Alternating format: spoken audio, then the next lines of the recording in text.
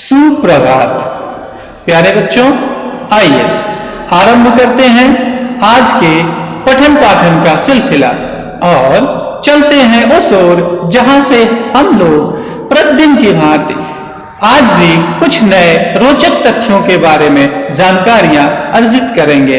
हम लोग आज पढ़ेंगे वचन सौरभ और इसकी कवित्री है अक्क महादेवी जी। आपको अक्क महादेवी जी के बारे में जानने की जिज्ञासा हो रही होगी। आइए जानने का प्रयास करते हैं अक्क महादेवी जी का संक्षिप्त परिचय। अक्क महादेवी जी का जन्म कर्नाटका राज्य के शिवमोगा जिले के उडुतरी गांव में 12वीं सदी में हुआ था। वैसे तो कन्नड़ भाषा में अक्क शब्द का अर्थ बहन होता है। अक्क महादेवी जी अपूर्व सुंदरी थी। एक बार वहां का स्थानीय राजा इनके अलौकिक सौंदर्य को देखकर मुग्ध हो गया और इनसे विवाह करने के लिए इनके परिवार पर दबाव डालने लगा। तो अक्क महादेवी जी चूंकि राजा की प्रजा होने के नाते उनकी बात का खंडन ना कर सकी, परंतु अक्क महादेवी जी ने 3 शर्तें रखी और राजा उस समय राजी हो गया। परंतु कुछ समय के बाद राजा उस शर्त को पूरा ना कर सका, जिसके कारण अक्क महादेवी जी ने उसी क्षण राज परिवार को छोड़ दिया। अक्क महादेवी जी ने राज परिवार को ही नहीं छोड़ा, बल्कि राज परिवार, राजमहल, राज परंपरा के जो व्यवस्था थी अर्थात पुरुष वर्चस्व के विरुद्ध अपने आक्रोश की अभिव्यक्ति को उन्होंने अपने वस्त्रों के परित्याग के रूप में प्रदर्शित किया, जिससे उन्होंने यह प्रदर्शित करने का प्रयास किया कि वस्त्र केवल स्त्री जीवन के लिए बंधन नहीं है, अर्थात ये जो हमारा भारतीय समाज है वह एकांगी मर्यादाओं और केवल स्त्रियों के लिए निर्मित नियमों का तीखा विरोध उन्होंने प्रदर्शित किया। अक्क महादेवी जी का मानना था कि स्त्री केवल शरीर मात्र नहीं है। इसके गहरे बोध के साथ महावीर आदि महापुरुषों के समक्ष खड़े होने का प्रयास भी किया था। जैसे आपने जाना है, पता है, आपको विदित है कि महावीर जैन धर्म के 24वें तीर्थंकर महावीर जी जैसे रहा करते थे, ठीक उसी प्रकार की जीवन शैली अक्क महादेवी जी ने भी अपनाने का प्रयास किया। अक्क के कारण उनका शैव आंदोलन जो है बड़ी तीव्र गति से विकसित हुआ। उसमें काफी संख्या में स्त्रियां जुड़ी और स्त्रियों ने अपने संघर्ष और यातनाओं को अपनी कविता के रूप में अभिव्यक्ति दी। अक्क महादेवी को कन्नड़ की मीरा भी कहा जाता है। उनकी एकमात्र प्रमाणिक रचना जो हिंदी भाषा में उपलब्ध है, जो वचन सौरभ के नाम से उपलब्ध है। आइए जानने का प्रयास करते हैं कि इस कविता में क्या खास बातें हैं। अक्क महादेवी जी भगवान शिव की अनन्य भक्त थी। वे सांसारिकता को त्याग कर शिव की आराधना में लीन होने का संदेश देती हैं। प्रथम वचन में इंद्रियों पर नियंत्रण का संदेश दिया गया है, यह उपदेशात्मक है। दूसरा वचन एक भक्त का ईश्वर के प्रति पूर्ण समर्पण है। वह ऐसी निष्क्रिय स्थिति की कामना करती हैं जिससे उनका स्व अर्थात अहंकार पूरी तरीके से नष्ट हो जाए। इस कविता का जो प्रथम वचन है वो इस प्रकार से है। इस वचन में आपकी जो कवित्री है वो ये बताना चाहती है कि जो इंद्रियां हैं वो है इंद्रियां हमारे लक्ष्य प्राप्ति में बाधक है। मनुष्य श्रेष्ठ जीवन जीना चाहता है, मनुष्य श्रेष्ठता के शिखर पर पहुंचना चाहता है, यह हर किसी की कामना होती है, परंतु उसके मार्ग में जो सबसे बड़ा बाधक तत्व है वह उसकी इंद्रियां हैं और उन्हीं इंद्रियों को नियंत्रित करने का संदेश देती है इस वचन में आपकी कवित्री अक्क महादेवी जी। देखिए कहना क्या चाहती हैं, हे भूख मत मचल, एकदम बिल्कुल गद्य के जैसा अर्थ है। प्यास तड़प मत, नींद मत सता। भूख, प्यास, नींद ये ऐसी इंद्रियां हैं जो व्यक्ति के विकास के मार्ग की बाधक है, जो लक्ष्य की प्राप्ति में हमेशा बाधक सिद्ध होती है। जिन व्यक्तियों ने इन पर नियंत्रण कर लिया, इनको अपने वश में कर लिया, निश्चित ही उसका पथ उन्नति की ओर अग्रसर हो गया। क्रोध मचा मत उथल पुथल, पवित्र क्रोध को संबोधित कर रही है। क्रोध उथल पुथल मच मचाओ, क्योंकि क्रोध के आने पर आपको पता है व्यक्ति विवेक शून्य हो जाता है और उसे क्या करना चाहिए क्या नहीं करना चाहिए इस भाव से वह परे हो जाता है। हे मोह पास अपने ढील, मोह को भी कवित्री कह रही है कि अपने पाश को, अपने बंधन को ढीला कर। यह एक शब्द आपको समझना है, मोह। मोह से हमारा तात्पर्य यह है जब किसी व्यक्ति से इतना ज्यादा लगाव बढ़ जाए कि हम उसके अलावा कुछ दूसरा सोचे ही ना, और उसकी बातें हमेशा हमें अच्छी ही लगे, उसमें कुछ त्रुटियां कुछ कमियां हमें नजर ना आए, तो ऐसी स्थिति मोह की मानी जाती। जैसे हम इस संसार को भ्रमवश मोहवश अपना मान बैठते हैं और वास्तव में यह संसार हमारा अपना है नहीं। एक ना एक दिन हर किसी को पता है कि शरीर को छोड़कर जाना है, लेकिन फिर भी शरीर से हमें इतना लगाव हो गया है कि हम इसके लिए, इसको कष्ट देने के लिए या इसको और अधिक तपाने के लिए हम जरा सा भी प्रयत्न नहीं करते। इसके जरा सा भी खरोच आने पर हमें कष्ट होने लगता है। तो कवित्री कह रही, हे मोह अपने पास ढील, लोभ मत ललचा, हे मद मत कर मदहोश, ईर्ष्या मत जला। ये ईर्ष्या एक ऐसा तत्व है जो व्यक्ति को दिन प्रतिदिन नकारात्मकता की ओर प्रेरित करता रहता है, दिन प्रतिदिन उसको पतन के गर्त में गिराता चला जाता है।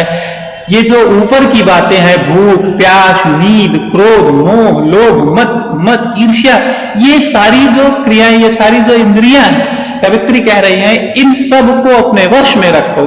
यही संदेश है किसका?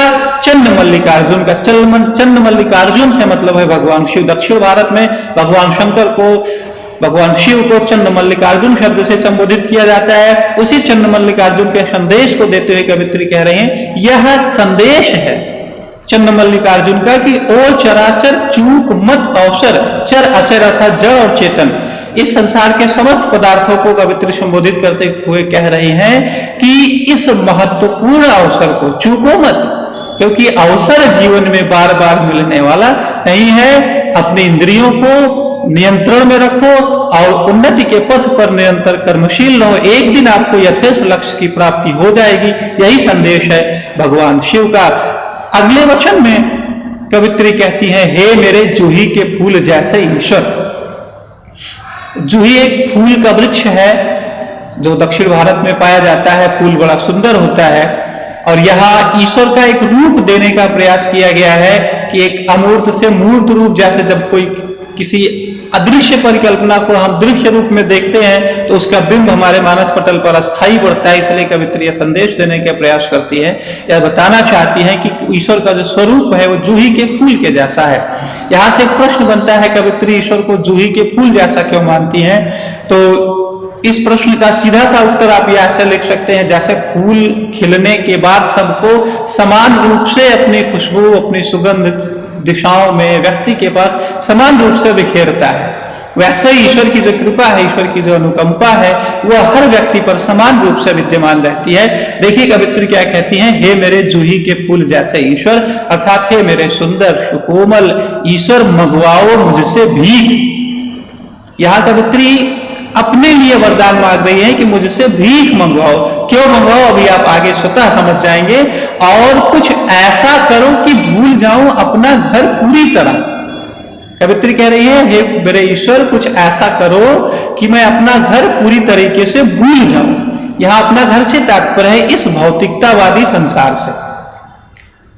यदि आप इस भौतिकतावादी संसार को पूरी तरीके से भूल जाएंगे तो आपको आपका यथेष्ट लक्ष्य ही दिखाई देगा और आपके पथ की जो बाधाएं हैं वह स्वतः समाप्त हो जाएंगी। इसलिए कवि कह रहा है, इसलिए कवित्री आपको संबोधित करते हुए कह रहे हैं, हे ईश्वर, मुझसे भीख मंगवाओ और कुछ ऐसा करो कि मैं अपना घर पूरी तरीके से भूल जाऊं। झोली फैलाऊं और ना मिले भीख। मैं भीख मांगने के लिए, संसार से कुछ मांगने के लिए अपनी झोली फैलाऊं और मुझे कुछ मिले नहीं। कोई हाथ बढ़ाए कुछ देने को। यदि मेरी दीनहीन दशा को देखकर किसी का हृदय पिघल जाए और वह मुझे कुछ देने के लिए हाथ बढ़ाए तो वह नीचे गिर जाए, और मैं यदि झुकूं उसे उठाने को तो कोई कुत्ता आ जाए और उसे झपट छीन ले मुझसे। कवित्री कह रही है कि जैसे मैं विवश होकर, पहले तो ईश्वर मुझसे भीख मंगवाओ और मुझे कोई कुछ दे ना, यदि फिर भी कोई मेरे ऊपर दया करके कुछ दे तो हे ईश्वर, कुछ ऐसा करो कि वह उसका दिया हुआ पदार्थ मेरे पास तक ना पहुंचे। यदि मैं उसको लेने के लिए हाथ बढ़ाऊं तो वह जमीन पर नीचे गिर जाए, और वह जमीन पर जैसे ही नीचे गिर जाए कोई कुत्ता आकर के उसको छीन कर झपट कर लेकर भाग जाए। यहां कुत्ता से तात्पर्य है किसी अवसरवादी व्यक्ति से। अब आपके समझ में यह बात आ गई होगी कि कवित्री भीख मांगने की बात क्यों कर रही है। अर्थात इस वचन में कवित्री ईश्वर से यह मांगना चाह रही है, ईश्वर से यह वरदान चाह रही है कि हे ईश्वर, मेरे साथ कुछ ऐसा करो कि मेरे अंदर जो समाया हुआ मेरा मैं है, मैं अर्थात जो मेरा अहंकार है, वह पूरी तरीके से नष्ट हो जाए। और इस संसार में व्यक्ति का सबसे बड़ा शत्रु उसके अंदर उसका समाहित अहंकार है। जिस व्यक्ति ने अहंकार पर विजय प्राप्त कर ली, अपने मैं पर विजय प्राप्त कर ली, वह निश्चित ही ईश्वर के सन्निकट पहुंच गया। उसी मैं को समाप्त करने के लिए कवित्री कह रही है कि संसार में मेरी ऐसी स्थिति कर दो कि मेरा मैं पूरी तरीके से स्वतः नष्ट हो जाए, मेरा इस संसार से स्वयं का लगाव स्वतः ही नष्ट हो जाए, मैं इस संसार से अपना लगाव न रख। ये था इस दूसरे वचन का अर्थ। आइए देखते हैं आगे हमारा काव्यगत सौंदर्य और शिल्प सौंदर्य क्या है। इस दोनों वचन में, जैसा कि आप जानते हैं, काव्यगत सौंदर्य में हम पहले भाव सौंदर्य और फिर शिल्प सौंदर्य को लिखते हैं। तो दोनों वचन में आपने देखा होगा कि जो पहला वचन है उसमें भूख, नींद, लोभ, मोह आदि मानवीय पात्रों की तरह दिखाया गया है। ये जो इंद्रियां हैं उसको मानवीय पात्रों की तरह कवि ने प्रदर्शित किया है, संबोधित किया है जैसे वो मानवीय हो। ईश्वर के प्रति पूर्ण समर्पण का आह्वान किया गया है, सांसारिकता को त्यागने योग्य बताया गया है। यह कविता का भाव सौंदर्य है। शिल्प सौंदर्य के अंतर्गत आप जानते हैं कविता का व्याकरणिक परिचय लिखा जाता है। व्याकरणिक परिचय के क्रम में हम लिखेंगे भाषा में सहज प्रवाह और गतिशीलता है, संबोधन शैली का प्रयोग किया गया है। ईश्वर के लिए जूही के फूल की उपमा अत्यंत मनोहारी है। अपना घर यहाँ अहम और मैं भाव का प्रतीक है। तो प्यारे बच्चों, ये था आज का हमारा काव्यगत सौंदर्य। इस वीडियो में आपने क्या पढ़ा, क्या सीखा, इसको परखने के लिए आइए हल करते हैं आज के कार्यप्रपत्र को। आज के कार्यप्रपत्र का हमारा पहला प्रश्न है, कवित्री किसके प्रति समर्पित है। हमारा दूसरा प्रश्न है, कवित्री किस अवसर को न चूकने की प्रेरणा देती हैं। तीसरा प्रश्न है, यहां अपना घर भूल जाने का क्या आशय है। और आज का चौथा यानी अंतिम प्रश्न है, कवित्री हर तरह के कष्ट क्यों उठाना चाहती है। प्यारे बच्चों, आज के अंक में बस इतना ही। धन्यवाद और आपका दिन मंगलमय।